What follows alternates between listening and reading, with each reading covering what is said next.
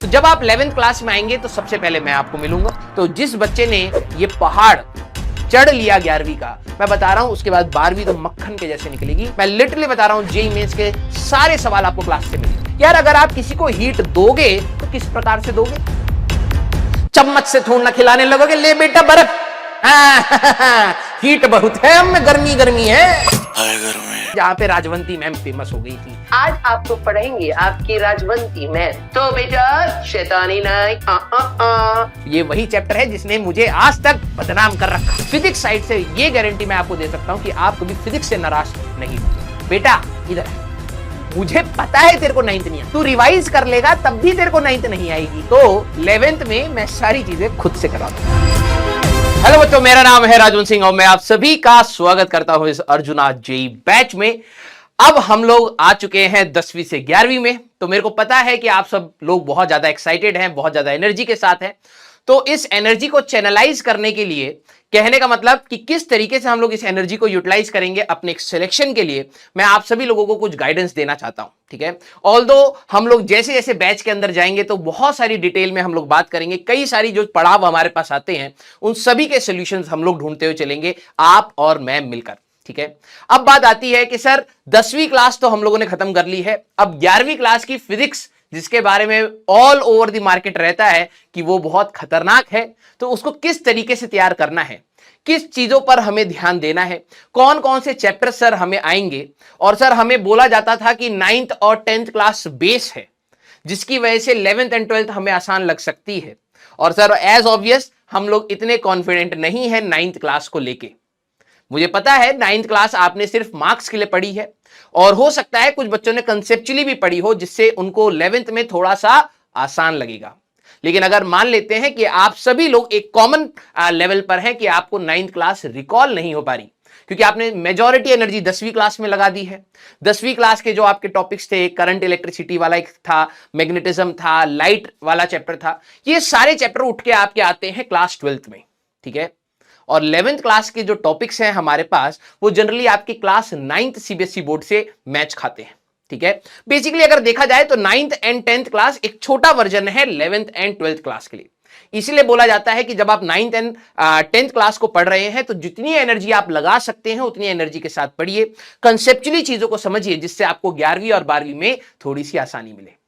अब मैं आप सभी लोगों को जर्नी में ले चलता हूं, 11वीं की एक रोड मैप आपके सामने क्लियर कर देता हूं कि हम लोग क्या क्या चैप्टर्स को फेस करने वाले हैं, किन चैप्टर्स में कहां कहां बच्चों को दिक्कतें आती हैं, और हम लोग उसको कैसे मैनेज करेंगे JEE Mains and JEE Advanced दोनों के लिए। ठीक है, तो जब आप 11th क्लास में आएंगे तो सबसे पहले मैं आपको मिलूंगा। ठीक है, और आप और मैं एक बार थोड़ी सी जुगलबंदी करेंगे, थोड़ा सा मिक्स होंगे। ठीक है, क्योंकि देखो ये जो कहानी है 11वीं क्लास में स्टार्टिंग में आपको लगता है अभी तो 2 साल के बाद मुझे एग्जाम देना है, लेकिन देखते ही देखते ये बहुत जल्द ही निकल जाती है। ठीक है, हम लोग दिन रात लगे रहेंगे, क्वेश्चंस करते रहेंगे, कंसेप्ट की बात करेंगे, तीनों सब्जेक्ट्स की मैं बात बोलूं, आपको पता ही नहीं चलेगा कि ये समय कब बीत गया।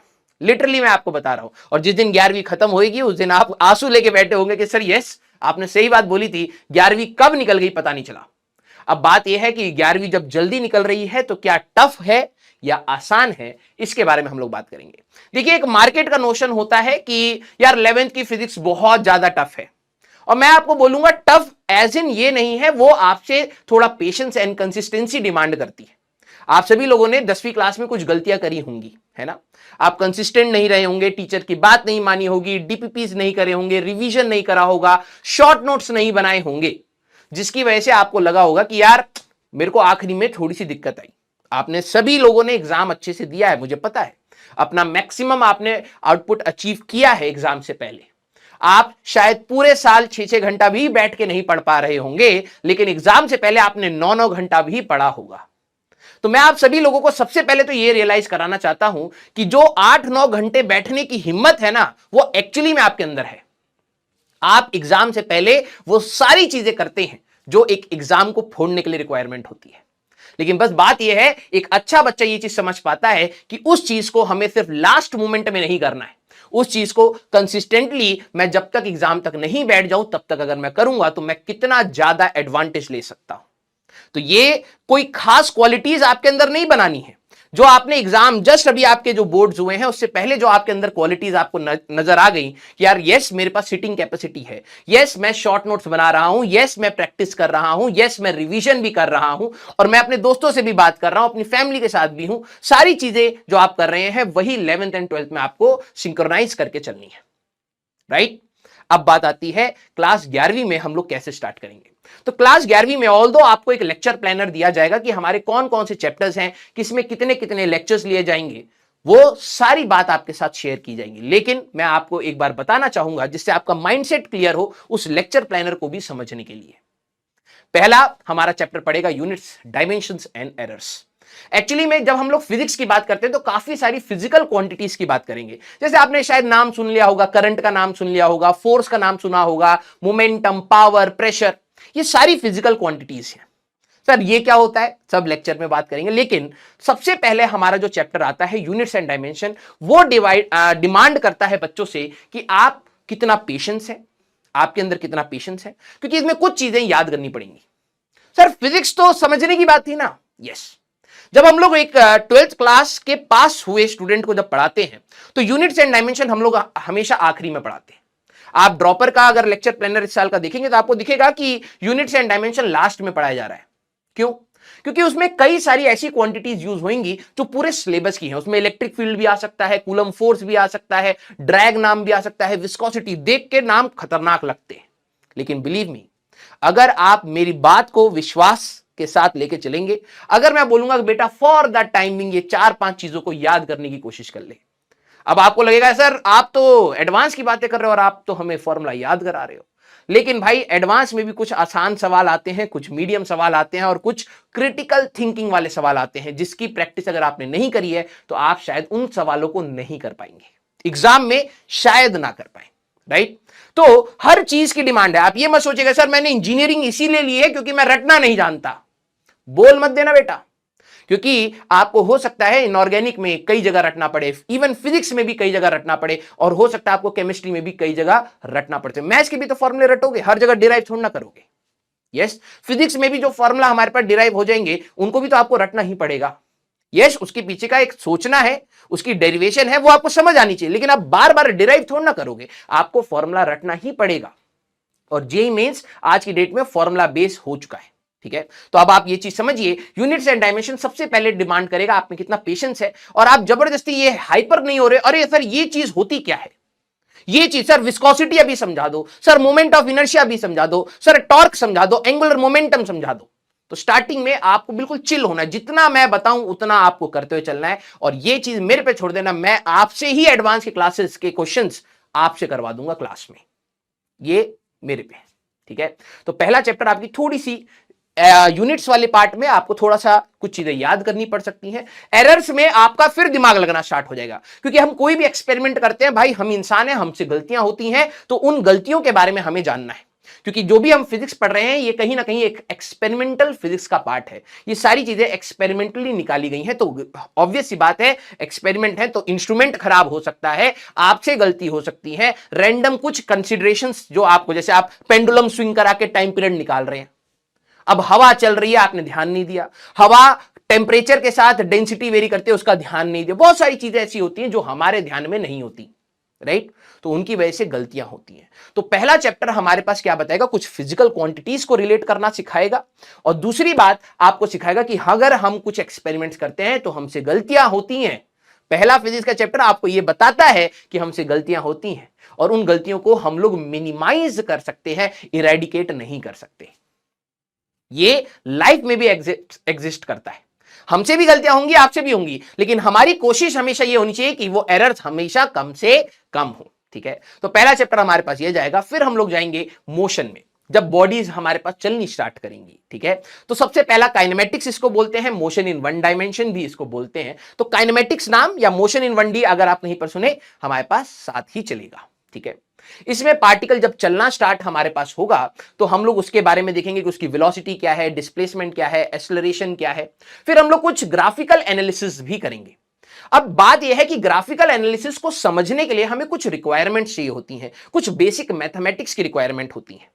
तो ऐसा बेसिक मैथमेटिक्स कोई चैप्टर नहीं होता है, ठीक है, अगर आप कोई भी बुक देखेंगे कहीं पर भी बेसिक मैथ्स का आपको चैप्टर नहीं मिलेगा एक्सेप्ट इन मॉड्यूल्स।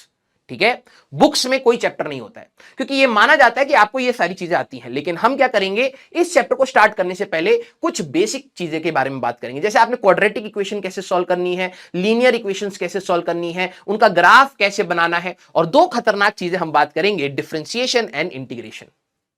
अगर आप क्लास में ध्यान से सुनेंगे ये आपको आसान लगेगा। डायरेक्टली इसके ऊपर भी जेईई मेंस में कुछ सवाल आए हुए हैं जो मैं आपको क्लास में दिखाऊंगा। लेकिन क्या सर ये एडवांस में आता है? तो बेसिक मैथमेटिक्स अगर आपके पास नहीं है तो आप एडवांस का सवाल नहीं कर सकते। These are fillers. बेसिकली आपको एक अच्छे सवाल को करने के लिए आपकी मैथमेटिक्स स्ट्रांग होनी चाहिए। ठीक है, तो ये नहीं कि आप तरुण सर के पास कहें कि सर आप हमें पढ़ाइए, नहीं, उसका काम, फिजिक्स वाली मैथ्स का काम मैं खुद से करूंगा। ठीक है, और जो मैथ्स वाला काम है वो तरुण सर ऑब्वियस है अपने हिसाब से लेके चलेंगे। तो मोशन इन 1D में जब हम लोग आएंगे बेटा तो हम लोग डिस्प्लेसमेंट देखेंगे, डिस्टेंस देखेंगे, 9वीं क्लास में बताया जाता था, स्पीड देखेंगे, वेलोसिटी देखेंगे, एक्सेलरेशन देखेंगे। फिर इनको रिलेट करने के लिए काइनेमेटिक्स की इक्वेशंस भी हम लोग लगाएंगे। v equal to u plus 80 9वीं क्लास में था, s equal to u t plus half a t square, v square minus u square equal to 2as।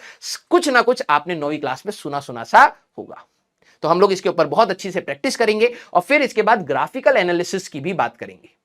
फिर हम लोग मोशन इन 2 डायमेंशन में जाते हैं। ठीक है, तो वहां पर हमारे पास आता है एक प्रोजेक्टाइल मोशन, जब पार्टिकल 2 डायमेंशन में चलता है जिसमें एक्स और वाई दोनों चेंज करता है।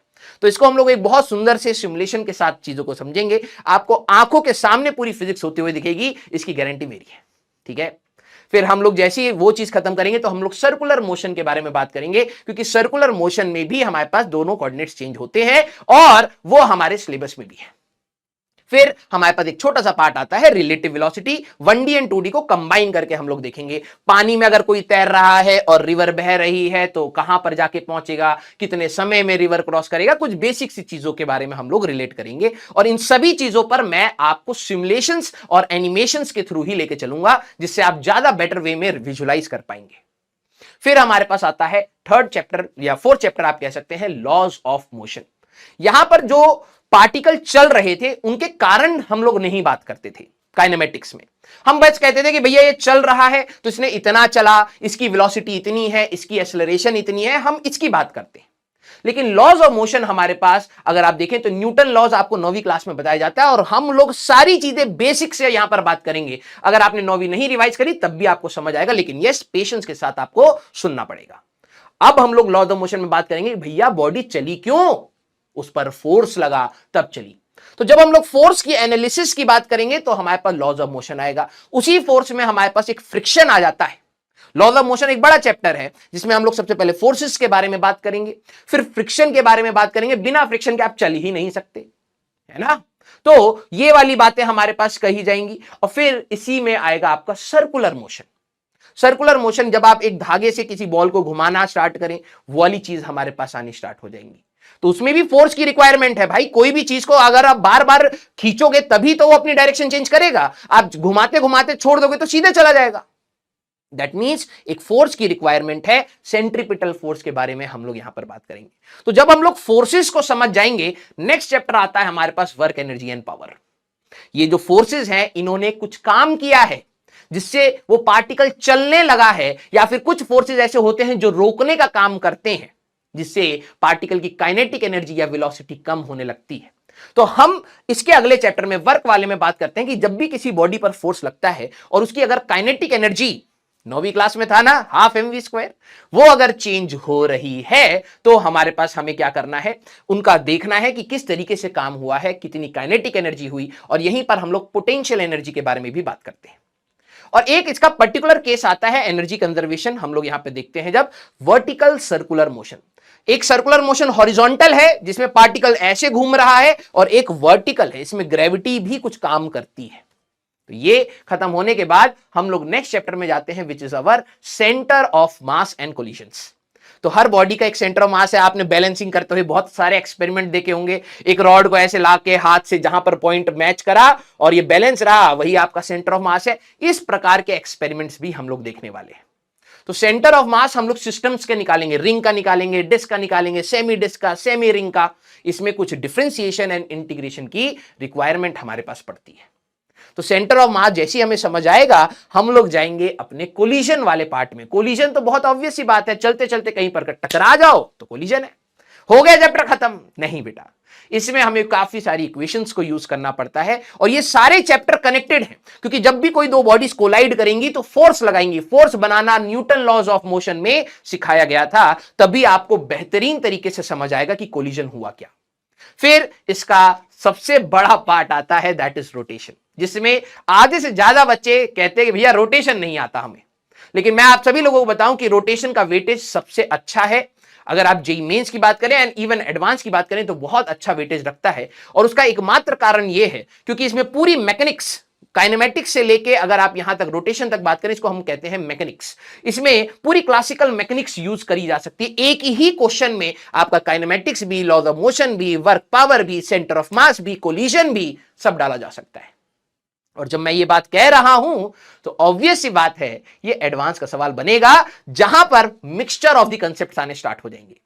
जेईई मेंस के अगर आप रोटेशन के सवाल देखेंगे तो वो काफी आसान है, फॉर्मूला बेस्ड है, आपके कुछ छोटे छोटी चीजों के ऊपर जेईई मेंस के सवाल हैं, और जब आप मिक्सिंग करना स्टार्ट कर देंगे तो आपके एडवांस के सवाल रोटेशन के यहां पर बनना स्टार्ट हो जाएंगे। तो जब भी कोई बॉडी घूमेगी तो हम लोग रोटेशनल मोशन की बात करेंगे, तो बॉडी कैसे रेजिस्ट कर रही है, तो मोमेंट ऑफ इनर्शिया कुछ निकालेंगे। ये भारी भारी से वर्ड से डरना नहीं है, सारी चीजें डिटेल में बात करेंगे, ठीक है। तो उसमें बॉडी कोई अगर हमारे पास घूम रही है तो उसकी एनर्जी कितनी है, तो उसकी रोटेशनल काइनेटिक एनर्जी कितनी है, घूमते घूमते चल रही है तो रोटेशनल कितनी, काइनेटिक कितनी, सब हम लोग बात करेंगे। और एक बॉडी को रोल करा दिया नीचे डगराते हुए, क्या कहते हैं ना, मारब के डगरा जाइबा, तो डगराते हुए अगर वो नीचे आ रही है तो हम लोग एनालिसिस भी करते हैं, ठीक है। तो ये चैप्टर अगर आप देखें तो वेटेज वाइज सबसे ज्यादा वेटेज रखता है, ठीक है, क्योंकि इसमें सारी चीजें आ जाती हैं। और बच्चों को टफ इसलिए लगता है क्योंकि अगर आपने पिछले चैप्टर्स में ध्यान से चीजों को, छोटी छोटी चीजों को ध्यान से नहीं सुना है तो ये चैप्टर आपको मुश्किल लगेगा ही लगेगा। लेकिन अगर आपने मेरे साथ पूरी मेहनत करी तो इसकी गारंटी मैं लेता हूं कि आपके रोटेशन के मेजॉरिटी सवाल आपसे हो जाएंगे, ठीक है। क्योंकि हम लोग थ्योरी को ही इस तरीके से इंटीग्रेट करते हुए चलेंगे कि कुछ डाउट जो आपके इनिशियल हैं वो बाद में जब खुलेंगे तो 10 चीजों को समझाते हुए निकलेंगे, ठीक है। तो ये चमत्कार मेरे पे छोड़ दीजिएगा। जिसके बाद हम लोग आएंगे that will be gravitation. Gravitation एक बहुत बेहतरीन चैप्टर है, और ये मैं 11वीं क्लास में जब पढ़ाता हूं तो उसी तरीके से पढ़ाता हूं कि इससे 12वीं क्लास में जब आप जाएं तो आपको बहुत आसान लगे, ठीक है। एक बच्चे जनरली सेम एज ग्रेविटेशन मेरे लेक्चर्स में बोलते हैं, वो इसीलिए क्योंकि मैं ग्रेविटेशन को उस तरीके से पढ़ाता हूं कि जब बच्चा 12वीं क्लास में जाता है तो उसको ऐसा लगता है ये तो सर 11वीं में ही पढ़ा दिया आपने, ठीक है। तो मेरा ग्रेविटेशन पढ़ाने का तरीका ये रहेगा। उसमें जेईई मेंस में अच्छा खासा वेटेज है, छोटे छोटे सवाल उसमें बहुत सारे आते हैं, फॉर्मूला उसमें भी रिक्वायरमेंट है। यहां तक हमारी फिजिक्स की एक किताब एनसीईआरटी की कंप्लीट हो जाती है। अब जो सेकंड किताब है, जनरली उसमें बच्चा 11वीं क्लास में ही इरिटेट हो जाता है। सर आप पहले ही हमें डिमोटिवेट कर रहे हो। नहीं बेटा, मैं पहले से ही आपको वो प्रॉब्लम्स बता रहा हूं जिससे हम दोनों को मिलकर लड़ना है, समझ रहे हैं। सेकंड बुक ऑफ फिजिक्स है कंपैरेटिवली आसान, लेकिन प्रॉब्लम यह है कि माइंड सेचुरेशन में आ जाता है। सर इतनी सारी चीजें तो पहले पढ़ा दी आपने और अभी भी चला ही जा रहा है। चलेगा, क्योंकि आपने जो सपना लिया है वो कोई छोटा सपना नहीं है। जब हम लोग सेकंड बुक में आएंगे, मैं बस आप सभी लोगों से बोलूंगा, इस समय आप अपने दोस्तों से बात करना कम कर देना सेकंड बुक के रिलेटेड। और ऐसे बात करो कि भाई और स्कूल में क्या हुआ, और मस्ती क्या हुई, और क्या हुआ, ये सब चलते रहे। सेकंड बुक के बारे में दोस्तों से बात करना बंद कर देना। उसका रीजन मैं आपको बताऊंगा, क्योंकि उसमें आप तो खुद स्ट्रगल में होंगे, लेकिन आपका दोस्त जबरदस्ती अगर ये बोल दिया अरे ये सवाल तो भाई मैंने ऐसे ही कर दिया, हवा में कर दिया, तो तुम्हें ऐसा लगेगा कि तुम शायद कुछ मिस कर गए हो, और उस डिलेमा में आप अपने डाउट में सेकंड बुक खराब कर देते हैं। ये मैंने बहुत देखा है, ठीक है। और उसमें आपको ज्यादा हाथ पैर नहीं मारने, आपको फर्स्ट बुक में बहुत हाथ पैर मारने पड़ेंगे, सेकंड बुक में आपको कंपैरेटिवली कम हाथ पैर मारने। अगर आपने सिर्फ क्लास के नोट्स को ध्यान से देख लिया, मैं लिटरली बता रहा हूं, जेईई मेंस के सारे सवाल आपको क्लास से मिलेंगे। आप अगर विश्वास ना करें तो आपके जितने भी सीनियर्स हैं जिन्होंने जेईई मेंस दिया है, आप उनसे जाके ये सारी चीजें पूछ सकते हैं। जेईई मेंस के सारे सवाल आपको क्लास नोट से मिलेंगे। ये मेरी बात नहीं है, किसी भी टीचर, आप मेरे से पढ़े या ना पढ़े, मैं कोई बहुत बड़ा टीचर नहीं, जो भी टीचर आपको पढ़ाएगा वहां पर बस टीचर को ध्यान से सुनना। तो उसमें पहला चैप्टर आता है सॉलिड्स नाम से, प्रॉपर्टीज ऑफ सॉलिड्स करके आता है। क्योंकि अभी तक हम लोग फिजिक्स में क्या मानते हैं कि सारी चीजें रिजिड है, रिजिड मतलब हल्का सा भी बेंड नहीं होगा, हल्का सा भी कंप्रेस नहीं होगा, हल्का सा भी खिंचाव नहीं होगा। तो हम रियलिस्टिक केसेस में आना स्टार्ट होता है, हम कहते हैं यार देखो बॉडी हमेशा रिजिड कैसे हो सकती है, कुछ ना कुछ तो उसमें हमेशा वहां पर चेंजेस रहेंगे, है ना। अगर आप फोर्स लगाओगे तो ऑब्वियस सी बात है हमारे पास वो बेंड करना स्टार्ट करेगा। जस्ट अ मिनट, यस, है ना, वो बेंड करना स्टार्ट करेगा। तो हम उस इलास्टिसिटी के बारे में बात करेंगे। देखो ऑब्वियस सी बात है, अगर आप कभी किसी पुल पर जाते हो, ठीक है, तो आप पुल पे खड़े हो, ट्रक पास करेगा तो you will feel the vibrations, क्योंकि इवन दो वो लोहे से बना हुआ है उसके अंदर भी कहीं ना कहीं डिफॉर्मेशंस हमारे पास हो रही हैं। जब आप कभी घर, क्योंकि आप इंजीनियर बनोगे ना, अगर आप कार ऑटोमोबाइल इंजीनियरिंग में जा रहे हो या एयरोनॉटिकल में जा रहे हो, आप मटेरियल्स को यूज करोगे इंस्ट्रूमेंट्स बनाने के लिए, यस, और वो मटेरियल्स पर कहीं ना कहीं फोर्सेस लगेंगे, स्ट्रेस आएगा, तो उससे क्या क्या चीजें चेंज होती हैं मटेरियल में, कब वो टूट सकता है, कब वो खिंच सकता है, ये सारी चीजों के बारे में हम लोग बात करते हैं सॉलिड चैप्टर में। बहुत छोटा सा चैप्टर रहता है, ये 2 या 3 लेक्चर में खत्म हो जाता है, लेकिन अगर आप देखें जेईई मेंस में इसका एक सवाल होता ही होता है। ऑल्टरनेट शिफ्ट्स में आप बात करें, लेकिन यस, आपको इसको तैयार रखना है, छोटा सा चैप्टर है। फिर जब हम सॉलिड्स की बात कर लेते हैं तो हमारे पास लिक्विड्स की बात आनी स्टार्ट हो जाती है, ठीक है। ध्यान से देखिएगा कि हम लोगों ने सबसे पहले सॉलिड्स को, हमारे पास स्टेट्स ऑफ मैटर में सॉलिड, लिक्विड, गैस है, तो हम लोगों ने पहले अपनी पूरी फर्स्ट बुक में सॉलिड्स के ऊपर बहुत ध्यान दिया, परफेक्टली सॉलिड बॉडी पर, जिसमें कोई डिफॉर्मेशन नहीं हो सकता। फिर फिजिक्स आपको सिखाता है कि अरे भाई डिफॉर्मेशन हो सकता है। सॉलिड्स चैप्टर में हमने बताया कि इलास्टिसिटी होती है बॉडी में। जब सॉलिड्स को हम लोगों ने अच्छे से समझ लिया, फिर हम लोग आते हैं लिक्विड्स पर, ठीक है। लिक्विड्स में हम लोग फ्लूइड्स के बारे में बात करेंगे, उनकी डेंसिटी के बारे में बात करेंगे, उनके प्रेशर के बारे में बात करेंगे, जो कहीं ना कहीं आपको 9th क्लास में हल्का सा इंट्रोड्यूस कराया गया होगा। तो वहां पे प्रेशर होएगा जब लिक्विड फ्लो करेगा, बुयेंसी वर्ड भी आपने सुना होगा, आर्किमिडीज प्रिंसिपल भी आपने सुना होगा। फिर उसके बाद हम आते हैं जब लिक्विड फ्लो करता है पाइपों में, तो इक्वेशन ऑफ कॉन्टिन्यूटी क्या कहती है, बर्नौलीज थ्योरम क्या होती है, वहां पर भी एनर्जी हम कंजर्व कर सकते हैं। आपने 9th क्लास में देखा होगा, अगर एक पार्टिकल को छत से छोड़ा तो mgh potential energy kinetic energy में कन्वर्ट होती है ना। इतना तो सुना ही होगा कि ये चलने कैसे लगा, क्योंकि इसके बाद पोटेंशियल एनर्जी थी, वो काइनेटिक में कन्वर्ट हो गई। उसीलिए वैसे ही अगर मैं लिक्विड की बात करूं तो उसमें भी एनर्जीज हैं, तो उसकी एनर्जी का जब मैं कंजर्वेशन करूंगा तो बर्नौलीज थ्योरम की बात करूंगा। फिर उसी में और भी छोटे छोटे टॉपिक्स हैं जो हम लोग, कैपिलैरिटी है, विस्कोसिटी है, सरफेस टेंशन, जो हम लोग उसी समय बात करेंगे। आपको उससे घबराने की बात नहीं है। ये चैप्टर बड़ा है, ये चैप्टर इंपॉर्टेंट है, और ये चैप्टर एडवांस के लिए भी काफी इंपॉर्टेंट पड़ता है। जब हम लोग लिक्विड्स को कंप्लीट कर लेते हैं, फिर हम लोग आखिरी में आते हैं अपने गैसेस के बारे में। तो यहां पर हमारे पास थर्मोडायनेमिक्स बेसिकली आती है, और ये थर्मोडायनेमिक्स का सबसे ज्यादा वेटेज है जेईई मेंस में। अगर आप देखें कि हर साल के अगर आप क्वेश्चंस को अगर आप निकालेंगे तो थर्मोडायनेमिक्स का सबसे ज्यादा वेटेज आपको हर साल मिलेगा। थर्मोडायनेमिक्स आपका रोटेशन, और 12वीं में भी कुछ टॉपिक्स हैं जिनको अभी आपको लोड नहीं लेना है, इलेक्ट्रोस्टैटिक्स, ऑप्टिक्स एंड ऑल, वो थर्मोडायनेमिक्स आपको बहुत ध्यान से समझनी है। अब थर्मोडायनेमिक्स जो बड़ा चैप्टर है उसके अंदर भी कुछ छोटे छोटे छोटे छोटे चैप्टर्स हैं। पहले हम लोग बात करेंगे थर्मल एक्सपेंशन। जब भी आप किसी को हीट देंगे तो भाई वो एक्सपेंड करेगा। ये तो आपको 9वीं क्लास में भी सिखाया जाता है कि 2 रेल की पटरियों के बीच में गैप क्यों रखा जाता है, क्योंकि गर्मियों में वो एक्सपेंड करने की उनको जगह मिल जाए। तो अब फॉर्मूले की बात करेंगे कि भाई एक्सपेंशन होगा कैसे, लेंथ बढ़ेगा, एरिया बढ़ेगा, वॉल्यूम बढ़ेगा, तो ये सारी चीजों के बारे में हम लोग अपने थर्मल एक्सपेंशन में बात करते हैं। फिर नेक्स्ट आता है हमारे पास थर्मोडायनेमिक्स पूरे कंप्लीट यूनिट की अगर मैं बात करूं, कैलोरीमेट्री। यार अगर आप किसी को हीट दोगे, ठीक है, हीट एनर्जी अगर दोगे तो उसका टेम्परेचर भी बढ़ सकता है और उसका स्टेट भी चेंज हो सकता है। सर स्टेट चेंज कहने का मतलब, अरे भाई बर्फ है तो पिघल के पानी में आ जाएगी, और हीट करते रहोगे तो वेपर में चली जाएगी। हीट ले लोगे तो वेपर कंडेंस होकर लिक्विड में आ जाएगा, और ले लोगे तो भैया सॉलिडिफाई करके बर्फ बन जाएगा। तो हम हीट का ये ट्रांसफर के बारे में भी बात करते हैं। फिर इसका तीसरा पार्ट आता है हीट ट्रांसफर। यार अगर आप किसी को हीट दोगे तो किस प्रकार से दोगे, चम्मच से थोड़ा खिलाने लगोगे, ले बेटा बर्फ, हीट बहुत है हमें, गर्मी गर्मी है, ऐसे थोड़ा दोगे। या तो कंडक्शन दे दोगे, एक गरम रॉड लोगे, एक साइड बर्नर लगाओगे और वो हीट जाएगी, बर्फ को पिघलाएगी। आप जब दूध उबालते हो तो कंडक्शन होता है, वहां पर जो स्टील की आपकी बर्तन है उसमें हीट एक साइड से जाती है, दूसरे साइड दूध में पहुंचने लगती है। फिर दूध के अंदर कन्वेक्शन करंट्स बनने लगते हैं, तो कन्वेक्शन से भी आपकी हीट होती है। Sea breeze and land breeze आपने शायद नाम सुना हो, नहीं भी सुना तो बस एक ओवरव्यू है बेटा, ठीक है।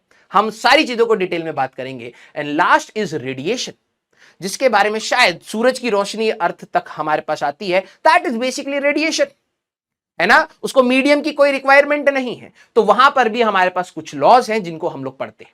तो ये 3 चैप्टर तो अभी आए। फिर आता है काइनेटिक थ्योरी ऑफ गैसेस, जो केमिस्ट्री वाले खूब अच्छे से पढ़ा चुके होंगे, और फिजिक्स वाले कहते हैं भाई कहीं तो काम चोरी की जाए। मजाक कर रहा हूं। हम लोग काइनेटिक थ्योरी ऑफ गैसेस में, हमारे पास केमिस्ट्री में आपको कुछ लॉस पढ़ाए जाएंगे, gas laws, Boyle's law, Charles law, Gay Lussac's law, Avogadro's law. तो उन्हीं को यूज करके हम लोग गैस को समझना स्टार्ट करते हैं, ठीक है। फिर उसके अराउंड हमारे पास कुछ लॉज ऑफ थर्मोडायनेमिक्स आते हैं, उनको हमें समझना है, ठीक है। तो ये पूरा थर्मोडायनेमिक्स यूनिट है, this is a big unit, और काफी सारे सवाल आते हैं। ऑब्वियस सी बात है, 5 चैप्टर्स के अंदर इंक्लूड छोटे छोटे 5 चैप्टर्स हमारे पास आते हैं, तो बड़ा यूनिट बन जाता है। लास्ट 2 है हमारे पास, एक एसएचएम और लास्ट है हमारे पास वेव्स। एसएचएम एंड वेव्स अगर मैं नाम किसी 12वीं क्लास के बच्चे को बोल दूं तो उसको सिर्फ नाम ही याद रहता है, अंदर क्या हुआ याद ही नहीं होता है, जनरली मैं बता रहा हूं, ठीक है। उसका कारण यह है, माइंड सैचुरेट। थर्मोडायनेमिक्स आपकी इतनी एनर्जी ले लेगा, इतनी एनर्जी ले लेगा, आपको आखिरी में लाश बन जाते हैं बच्चे। सर 2 थप्पड़ यहां मारो, 5 यहां मारो, हमें फर्क नहीं पड़ रहा, हम तो भाई साहब अब हो चुके हैं बिल्कुल सुन, पढ़ाते रहो, नोट्स बनाएंगे मस्त। मैं आप सभी लोगों से रिक्वेस्ट करूंगा कि आखिरी के 2 चैप्टर्स बस आप फुल कंसंट्रेशन से मुझे सुनते रहना, और जितना मैं आपको होमवर्क दूं, मैं ज्यादा लोड नहीं करता, क्योंकि ये सारी चीजें रिवाइज करने के लिए आपको 12वीं में टाइम मिलता है, बट कोशिश ये करना कि आप समझ लें। मैं ये नहीं कह रहा कि आपके सारे सवाल हो जाए, मैं ये नहीं कह रहा आपके सारी डीपीपीआं हो जाएं। मुझे पता है मैं जब ये स्टेटमेंट दूंगा तो मैनेजमेंट कहेगा अरे कैसा टीचर भेज दिया रे, ये तो कह रहे डीपीपी नहीं करना। लेकिन मैं अपना दर्द आपके साथ शेयर करूंगा। मैं एक नॉर्मल स्टूडेंट था, मुझे पता है यार, मेरे को अगर समझ भी आ गया होता तो मैं 12वीं के समय थोड़ा थोड़ा सा समय निकाल के उसको कवर अप कर लेता। तो आपका पूरा फोकस होना चाहिए समझने पर।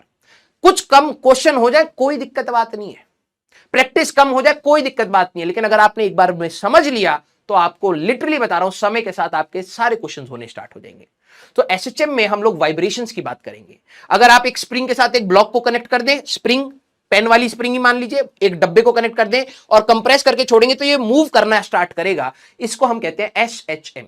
मतलब ऑसिलेशंस के बारे में हमारे पास यहां पर बात होनी स्टार्ट होगी। तो उसका समय कितना लगेगा, पार्टिकल के पास स्पीड कैसी है, एक्सेलरेशन कैसी है, ये सारी चीजें हमारे को बात करनी है। और इसी में हम लोग बात करते हैं पेंडुलम, ठीक है। पेंडुलम की बात होगी, स्प्रिंग ब्लॉक पेंडुलम की बात होगी, फिजिकल पेंडुलम एंड ऑल, जहां पे राजवंती मैम फेमस हो गई थी एक बार, ठीक है। ये वही चैप्टर है जिसने मुझे आज तक बदनाम कर रखा है, ठीक है। इसके बाद लास्ट चैप्टर है वेव्स, दैट इज माय फोटे। मैं ये बताऊंगा कि वेव्स को आप देख नहीं पाते हैं, साउंड वेव्स हमारे पास आएगी, ठीक है, लाइट वेव्स हमारे पास आएंगी सिलेबस में, तो आप देख नहीं पाते, तो जनरली बच्चों को विजुअलाइज नहीं हो पाते। लेकिन इसकी गारंटी मैं ले रहा हूं कि वेव्स आपको एक ऐसा चैप्टर लगेगा जिसमें आपको आंखों से दिखेंगी चीजें, ठीक है। इतने सारे एक्सपेरिमेंट्स की वीडियोस, क्योंकि देखो वो एक्सपेरिमेंट यहां करने के लिए फिजिबल नहीं है, ठीक है, लेकिन मैं आपको ऐसे एक्सपेरिमेंट दिखाऊंगा कि आपको आंखों से सामने वेव्स दिखनी स्टार्ट होंगी, और इसका वेटेज भी अच्छा खासा है और आसान क्वेश्चन आते। प्रॉब्लम बस बच्चे की ये होती है कि माइंड इतना सैचुरेटेड होता है कि आखिरी वाले चैप्टर में आपने उतनी एनर्जी नहीं लगाई होती जितनी यूनिट्स एंड डायमेंशन में लगाई होती है, ठीक है। तो आपको वेव्स गंदा लगने लगता है, यूनिट्स एंड डायमेंशन आसान लगने लगता है, लेकिन रियलिटी में वेव्स यूनिट एंड डायमेंशन से ज्यादा इंटरेस्टिंग भी है और ज्यादा इजी भी है। तो ये पूरी कहानी जब आप खत्म करेंगे तब जाके आपकी 11वीं खत्म होगी, और 11वीं कंपैरेटिवली थोड़ी सी मुश्किल है 10वीं से, एंड थोड़ी सी भी मुश्किल है 12वीं से। तो जिस बच्चे ने ये पहाड़ चढ़ लिया 11वीं का, मैं बता रहा हूं उसके बाद 12वीं तो मक्खन के जैसे निकलेगी, इसमें कोई भी दोहराए वाली बात नहीं है। इस बात को प्रॉब्लम यह है कि जब मैं एज ए टीचर आपको बोलूंगा तो आपको हमेशा ये डाउट रहेगा यार ये ना झूठ बोल रहा है, ठीक है, इतना आसान होगा नहीं या इतना मुश्किल होगा नहीं। तो मैं आप सभी लोगों से बोलूंगा प्लीज अपने सीनियर से बात करिए, और मेरी अगर कोई भी बात में अगर आपको गलती मिल जाए तो आप मेरे को पकड़ लीजिएगा, ठीक है। मैं आपसे सिर्फ कंसिस्टेंसी डिमांड करूंगा और डिसिप्लिन डिमांड करूंगा जो मेरे अंदर है, और आप मेरे साथ तभी सिंक्रोनाइज करके पढ़ पाएंगे जब आपके अंदर ये दोनों चीजें होंगी। मैं आपको डराऊंगा भी, धमकाऊंगा भी, प्यार से भी बोलूंगा, ये मेरा स्टाइल है भाई, ठीक है। लेकिन बस अगर आपने मेरे साथ रिदम भी बना के चल ली तो मैं बता रहा हूं कि आपको एक अच्छे कॉलेज में बैठाने की गारंटी मेरी है फिजिक्स साइड से, ठीक है। मैं सारे सब्जेक्ट्स की तो गारंटी नहीं ले सकता, वो सारे इंडिविजुअल टीचर्स लेंगे, लेकिन यस फिजिक्स साइड से ये गारंटी मैं आपको दे सकता हूं कि आप कभी फिजिक्स से निराश नहीं होंगे, ठीक है। तो अपन लोग जल्द से जल्द मिलेंगे अर्जुना बैच में। तो आप इन चीजों के बारे में जो मैंने थोड़ी थोड़ी सी बताई, अगर आप 9th क्लास के अपने नोट्स खोल के देखना चाहते हैं तो आप बिल्कुल देख सकते हैं, थोड़ा सा रिवाइज करके आना चाहते हैं बिल्कुल कर सकते हैं।